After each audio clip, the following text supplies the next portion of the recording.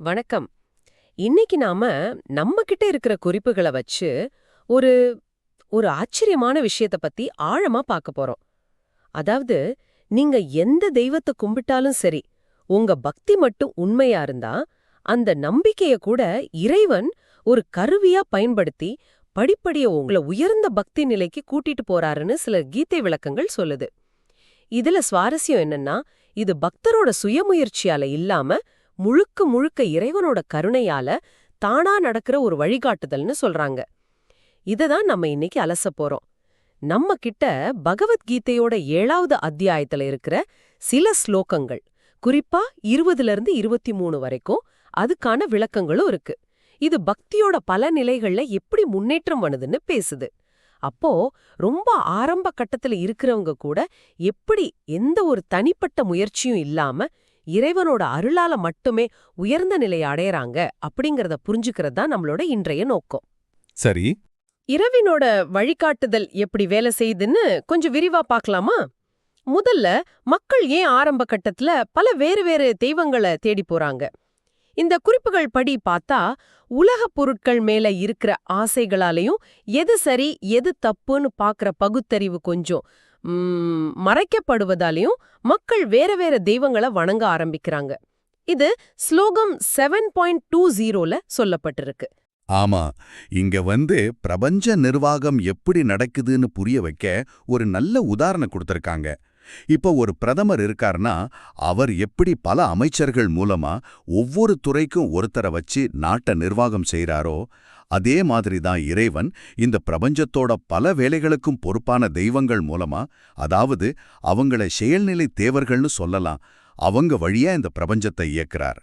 ஒரு நிதி அமைச்சரோட அதிகாரம் எப்படி பிரதமரால கொடுக்கப்படுதோ, அதே போலதான் இந்த தெய்வங்களோட சக்தியும் அவங்க செயல்படும் திறனும் மூல இறைவனால கொடுக்கப்பட்டதுதான். அவங்க ஒரு ரெப்ரசன்டேஷன் மாதிரி. ஓ, அப்போ மக்கள் அவங்கவங்க இயல்புக்கேத்த மாதிரி, அவங்களோட குணங்களுக்கேத்த மாதிரி வேற வேற தெய்வங்களை தேர்ந்தெடுத்து தங்களோட பிரச்சனைகள் தீரணும், இல்ல சில குறிப்பிட்ட பலன்கள் கிடைக்கணும்னு வேதங்கள்லயும் மத்த நூல்கள்லயும் சொன்ன மாதிரி வழிபகுறாங்க, அப்படிதானே? சரிதான். ஆனா இதுல ஒரு முக்கியமான விஷயம் இருக்கு, நல்லா கவனிக்கணும். அவங்க வேண்டுதலை நிறைவேற்றுறது அந்தந்த தெய்வங்கள் இல்ல. ஸ்லோகம் 7.22 இத ரொம்ப தெளிவா சொல்லுது. இறைவன் தான் அந்த பக்தர்களோட தகுதிக்கு ஏத்த மாதிரி, அதாவது அவங்களோட புண்ணியங்களுக்கு ஏத்த மாதிரி அந்த வேண்டுதல்களை நிறைவேற்றுறார். இது தகுதின்னு சொல்றது பெரும்பாலும் வேதங்கள்ல சொன்ன தர்ம வழியில நிக்கிறதுனால வருது. அறவழியில நடக்கிறது, இறைவன் அந்த குறிப்பிட்ட தெய்வம் வழியா அந்த பலனை கொடுக்கிறார். புரியுது. அந்த தெய்வம் ஒரு மீடியம் மாதிரி செயல்படுது. ஆனா இங்க ஒரு ஆச்சரியமான விஷயம் வருதே. ஸ்லோகம் 7.21 என்ன சொல்லுதுன்னா, எந்த பக்தன் எந்த தெய்வத்தை முழு நம்பிக்கையோட வழிபட நினைச்சாலும் அந்த பக்தனோட அந்த குறிப்பிட்ட தெய்வம் மேல இருக்கிற நம்பிக்கைய இறைவனே உறுதிப்படுத்துறார் அல்லது நிலைநிறுத்துறார்னு. இது ஏன்? இறைவன் ஏன் மத்த தெய்வங்கள் மேல இருக்கிற நம்பிக்கையை உறுதிப்படுத்தணும்? இது மாதிரி தப்பான வழியில கொண்டு போற மாதிரி இல்லையா? இல்ல, இது தப்பான வழியில கொண்டு போகிறது இல்ல. இதுதான் இறைவனோட கருணை, அந்த வழிகாட்டுதலோட ரொம்ப முக்கியமான ஒரு படி. அதாவது அந்த பக்தன் ஒரு குறிப்பிட்ட தெய்வத்தை ரொம்ப நம்பிக்கையோட கும்பிடும்போது இறைவன் அந்த நம்பிக்கையை வீணாக்க மாட்டார். ஏன்னா அந்த நம்பிக்கை தான் அவனை ஆன்மீக வழியில வச்சிருக்க போகுது. அந்த திடமான நம்பிக்கையோட அவன் வரம் கேட்கும்போது இறைவனே அந்த பக்தனோட தகுதிக்கு ஏத்த மாதிரி அந்த ஆசைகளை நிறைவேற்றுறார். மறுபடியும் ஸ்லோகம் 7.22 ஞாபகம் வச்சுக்கணும். ஆனா பலன் கிடைச்சதே அந்த இஷ்ட தெய்வத்தால தான பக்தன் நினைக்கிறான். இதனால என்ன ஆகுது? அவனுக்கு அவன் கும்பிடுற தெய்வம் மேல நம்பிக்கை இன்னும் பல மடங்கு அதிகமாகுது. ஆமாமா. நான் கேட்டேன் கிடைச்சது அப்படிங்கிற அனுபவம் வரும்போது நம்பிக்கை அதிகமாகும் இல்லையா? கரெக்ட். அந்த அனுபவம் அவனை பக்தி மார்க்கத்துல தொடர்ந்து போக வைக்குது. இறைவன் அந்த நம்பிக்கையையே ஒரு ஏணி மாதிரி பயன்படுத்தி அவனை அடுத்த கட்டத்துக்கு கூட்டிட்டு போக உதவுறார். ஆரம்பத்துல அந்த நம்பிக்கை வேற இடத்துல வச்ச மாதிரி தெரிஞ்சாலும் இறைவன் அதையும் தன் கருணையால ஒரு பாசிட்டிவ் டூலா மாத்திக்கிறார். ஓ, இது உண்மையிலே ரொம்ப ஆழமான பார்வை. அதாவது பக்தனோட ஆரம்ப கட்ட நம்பிக்கைய கூட வேஸ்ட் பண்ணாம அதையே வச்சு அவனை மேலே ஏத்துறது இறைவனோட திட்டம். சரி, இந்த முன்னேற்றம், இந்த படிப்படியான வளர்ச்சி, இது எப்படி நடக்குது? அந்த பாதையை கொஞ்சம் விரிவா பார்க்கலாமா? நிச்சயமா. இது ஒரு சங்கிலி தொடர் மாதிரி, ஒன்னிலிருந்து இன்னொன்னு ரொம்ப இயல்பா நடக்கிற ஒரு வளர்ச்சி. முதலாவதா, நம்ம சமூகத்துல பார்த்தா பெரும்பாலும் ஒவ்வொரு குடும்பத்துக்கும் ஒரு குல தெய்வம்னு ஒன்னு இருக்கு. குழந்தை பிறந்ததிலிருந்து அந்த குலதெய்வத்தோட பேர்ல நிறைய சடங்குகள் விசேஷங்கள் எல்லாம் நடக்கறதால இயல்பாவே அந்த தெய்வம் மேல ஒரு பிணைப்பும் நம்பிக்கையும் மனசுல பதிஞ்சிடுது. இது ஒரு வழி. இல்லன்னா கூட ஒருத்தர் தனக்கு ரொம்ப பிடிச்ச மனசுக்கு நெருக்கமான வேற ஒரு தெய்வத்தை இஷ்ட தெய்வமா, அதாவது தன்னோட பர்சனல் காடா தேர்ந்தெடுத்து வழிபட ஆரம்பிக்கலாம். ஆமா, இதெல்லாம் ஸ்டார்டிங் பாயிண்ட். ஏதோ ஒரு ரூபத்துல ஒரு தெய்வம் மேல நம்பிக்கை உருவாகுது. அப்புறம் அடுத்த கட்டமா மக்கள் அவங்களோட உலக தேவைகளுக்காக, அது துன்பம் போகணும்னு இருக்கலாம், இல்ல வியாதி சரியாகணும்னு இருக்கலாம், இல்லனா செல்வம், வேலை, இந்த மாதிரி பொருள் சம்பந்தப்பட்ட ஆசைகளா இருக்கலாம். இதுக்காக அந்த இஷ்ட தெய்வத்துக்கிட்ட ரொம்ப மனமுருகி வேண்டுறாங்க, பிரார்த்தனை செய்றாங்க. பிறகு ரொம்ப முக்கியமா அந்த பிரார்த்தனைகள் இறைவனால பதிலளிக்கப்படுது. ஆனா இது எல்லாருடைய எல்லா பிரார்த்தனைக்கும் இல்ல. அவங்க கர்ம வினைக்கு ஏத்த மாதிரி, அதாவது அவங்களோட முந்தைய செயல்களோட பதிவுகளுக்கு ஏத்த மாதிரி, அவங்க தகுதிக்கு ஏத்த மாதிரி இறைவன் அதை நிறைவேற்றார். சிலது நடக்கலாம், சிலது நடக்காம போகலாம், சிலது லேட்டா நடக்கலாம். இது அவங்க வினை பயனை பொறுத்தது. பிரார்த்தனைகள் நிறைவேறும் போது இயல்பாவே மக்களுக்கு அவங்க இஷ்ட தெய்வம் மேல நம்பிக்கை ரொம்ப அதிகமாகும் இல்லையா? அப்போ அவங்க ரொம்ப உற்சாகமா அவங்க அனுபவத்தை மத்தவங்க கிட்ட சொல்றாங்க. நான் இந்த கோயிலுக்கு போனேன், இந்த விரதம் இருந்தேன், இந்த சாமியை கும்பிட்டேன், பாரு என் கஷ்டம் தீந்துடுச்சு, எனக்கு இது கிடைச்சது அப்படின்னு மத்தவங்க கிட்ட சொல்றாங்க. சரியா சொன்னீங்க. இந்த மாதிரி அனுபவங்களை ஷேர் பண்றது ஒரு தாக்கத்தை உண்டு பண்ணுது. 5வது படியா, இந்த மாதிரி வெற்றி கதைகளை கேட்கும்போது அது வரைக்கும் கடவுள் நம்பிக்கை இல்லாதவங்க கூட இத்தனை பேர் சொல்றாங்களே, ஒருவேளை இதுல ஏதோ உண்மை இருக்குமோ, இதுக்கு வேற என்ன காரணம் இருக்க முடியும் அப்படின்னு யோசிச்சு மெதுவா ஆத்திகர்களா மாறக்கூட வாய்ப்பு இருக்கு. இப்படி இறை நம்பிக்கை பரவுது. அதோட வெறும் கும்பிட்டா மட்டும் போதாது, பிரார்த்தனை பலிக்கணும்னா தர்மத்தையும் பின்பற்றணும். அதாவது நியாயமா அறவழியில வாழணும்னு சாஸ்திரங்கள் சொல்றதால மக்கள் ஓரளவாவது தர்ம வழியில நடக்கவும் முயற்சி செய்றாங்க. இதுவும் அந்த இறை நம்பிக்கையால வர ஒரு நல்ல விளைவு. இது 6வது படி. ஆமா, இதனோட ஒட்டுமொத்த விளைவா 7வது படியா, மக்கள் அவங்களோட உலக வாழ்க்கையில படிப்படியா முன்னேறாங்க. செல்வம் சேருது, வசதி அதிகமாகுது, சமூகத்துல மதிப்பு கூடுது, எல்லாம் கிடைக்குது. ஆனா இங்கேயும் இறைவன் ஒரு ட்விஸ்ட் வைக்கிறார். எவ்வளோ வசதி வந்தாலும், எவ்வளவோ ஆசைகள் நிறைவேறினாலும், உண்மையான ஒரு நிலையான மன அமைதியோ ஒரு முழுமையான சந்தோஷமோ மட்டும் கிடைக்கலையே அப்படிங்கறத அவங்க அனுபவத்துல உணர ஆரம்பிக்கிறாங்க. ஆமா, எல்லாம் இருக்கு, ஆனா ஏதோ ஒண்ணு குறையுதே அப்படிங்கிற ஒரு ஒரு வெறுமை, ஒரு அதிருப்தி மெதுவா எட்டி பாக்கும். இது நிறைய பேர் வாழ்க்கையில சந்திக்கிற ஒரு முக்கியமான கட்டம் இல்லையா? எல்லாம் இருந்தும் ஏதோ ஒண்ணு குறையுதேங்கிற அந்த உணர்வு. ஆமாம், இந்த உணர்தல் தான் அவங்கள அடுத்த கட்டத்துக்கு, ஒரு ஆழமான தேடலுக்கு கொண்டு போகுதுன்னு நினைக்கிறேன். மிகச் சரியா புரிஞ்சுக்கிட்டீங்க. இந்த உணர்தல் ரொம்ப ரொம்ப முக்கியம்.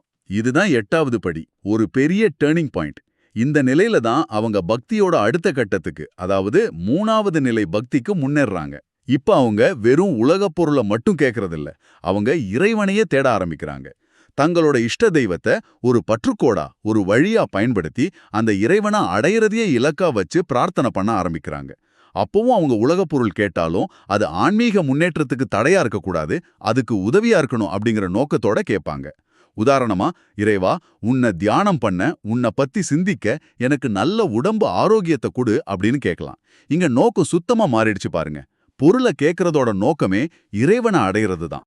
அப்படியானா இந்த பக்குவப்பட்ட பிரார்த்தனைகளும் இறைவனால நிறைவேற்றப்படும்போது அவங்க படிப்படியா பக்தியோட மிக உயர்ந்த நிலையை அடையறாங்க. இதுதான் கடைசி படிகள், 9வது 10வது. ஆனா ஒரு சந்தேகம், இப்படி எல்லாருமே படிப்படியா முன்னேறிடுறாங்களா? சில பேர் அதே இஷ்ட தெய்வ வழிபாட்டிலேயே உலக பலன்களை வாங்குறதுலயே திருப்தியாகி அங்கேயே நின்னுடுற மாதிரி தெரியுதே, அது ஏன்? நல்ல கேள்வி. எல்லாரும் ஒரே ஸ்பீட்ல முன்னேறது இல்லைங்கிறது உண்மைதான். அதுக்கு காரணம் அவங்க கர்ம வினைகளும் ஆன்மீக பக்குவத்தில் இருக்கிறது வித்தியாசங்களும் தான். சிலர் பல பிறவிகளா கூட அதே ஸ்டேஜ்ல இருக்கலாம். ஆனா கீதையோட இந்த போதனை என்ன சொல்லுதுன்னா, இறைவன் எல்லாருக்கும் அந்த சான்ஸ் கொடுக்கறாரு. அந்த பக்தனோட அப்போதைய நம்பிக்கையை வச்சு அவனை மேல ஏத்துறதுக்கான வழியே இறைவன் திறந்து வைக்கிறார். அந்த பாதையில போறதும் அதோட வேகமும் ஓரளவுக்கு பக்தனோட பக்குவத்தை பொறுத்ததுனாலும், அந்த பயணத்தை சாத்தியமாக்குறதும் வழி நடத்துறதும் முழுக்க முழுக்க இறைவனோட கருணை தான். சுயமுயற்சியால மட்டும் இந்த நிலைகளை தாண்டறது ரொம்ப கஷ்டம். இறைவனோட அருள் இல்லாம இது சாத்தியமே இல்ல. அதனால தான் ஆரம்பத்திலேயே சொன்னோம், இது சுயமுயற்சி இல்லாத இறைவனோட அருளால நடக்கிற ஒரு பயணம். புரியுது. ஆக அந்த முன்னேற்றத்தோட வேகம் மாறலாம், ஆனா இறைவனோட வழிகாட்டுதல் எப்பவும் இருக்கு. சரி, அந்த உயர்ந்த நிலையை அடையும் போது என்ன நடக்குது? ஆமா, அந்த மிக உயர்ந்த பக்தி நிலையில, அதாவது 10வது படியில அவங்க ஒரு பேருண்மைய அனுபவ ரீதியா உணர்றாங்க. தாங்க இத்தனை நாளா வேற வேற பேர்ல வேற வேற உருவத்துல கும்பிட்ட இஷ்ட தெய்வங்கள் உட்பட இந்த பிரபஞ்சத்துல தெரியிற எல்லாமே, அசையாத பொருள்கள் எல்லாமே அந்த ஒரே பரம்பொருளோட, அந்த ஒரே இறைவனோட வேற வேற வடிவங்கள் தான், வேற வேற வெளிப்பாடுகள் தான். அது தவிர வேற ஒன்னும் இல்ல. இறைவனை தவிர வேற எதுவும் உண்மையில இல்ல அப்படிங்கிற முழுமையான ஞானம், அந்த அத்வைத அனுபவம் அவங்களுக்கு கிடைக்குது. இங்க தான் நம்ம முன்னாடி சொன்ன 96வது போதனை முக்கியமாகுது. இஷ்ட தெய்வத்தின் மீதுள்ள நம்பிக்கையுடன் செய்யப்படும் பிரார்த்தனைகள் இறைவனால் பதிலளிக்கப்படுகின்றன. ஏன்னா அந்த இஷ்ட தெய்வமும் இறைவனோட ஒரு வடிவம்தான். ஸ்லோகம் 7.23 இது இன்னும் தெளிவா சொல்லுது. மத்த தெய்வங்களை வழிபடுறவங்க அந்த வழிபாட்டோட பலனா அந்தந்த தெய்வங்களுக்கு உரிய உலகங்களை அடையிறாங்க. ஆனா அந்த பலன்கள் நிலையானது இல்ல, அழியக்கூடியது. ஆனா யார் இறைவனை நேரடியா வழிபடுறாங்களோ அல்லது இந்த ஞான நிலையை அடையறாங்களோ அவங்க இறைவனையே அடையறாங்க. அதுதான் நிலையான, என்றும் அழியாத பேரின்பு நிலை. ஆக சுருக்கமா சொன்னா, இறைவன் ஒவ்வொருத்தரையும் அவங்க இருக்கிற நிலையில அவங்க தேர்ந்தெடுத்த இஷ்ட தெய்வம் மேல இருக்கிற நம்பிக்கையே ஒரு கருவியா பயன்படுத்தி படிப்படியா, ரொம்ப இயல்பா, பக்தனுக்கே தெரியாம, எந்த ஒரு கடுமையான சுயமுயற்சியும் தேவைப்படாத வகையில மிக மிக உயர்ந்த நிலைக்கு, அதாவது தங்கிட்ட வழி நடத்தி கூட்டிட்டு போறார்.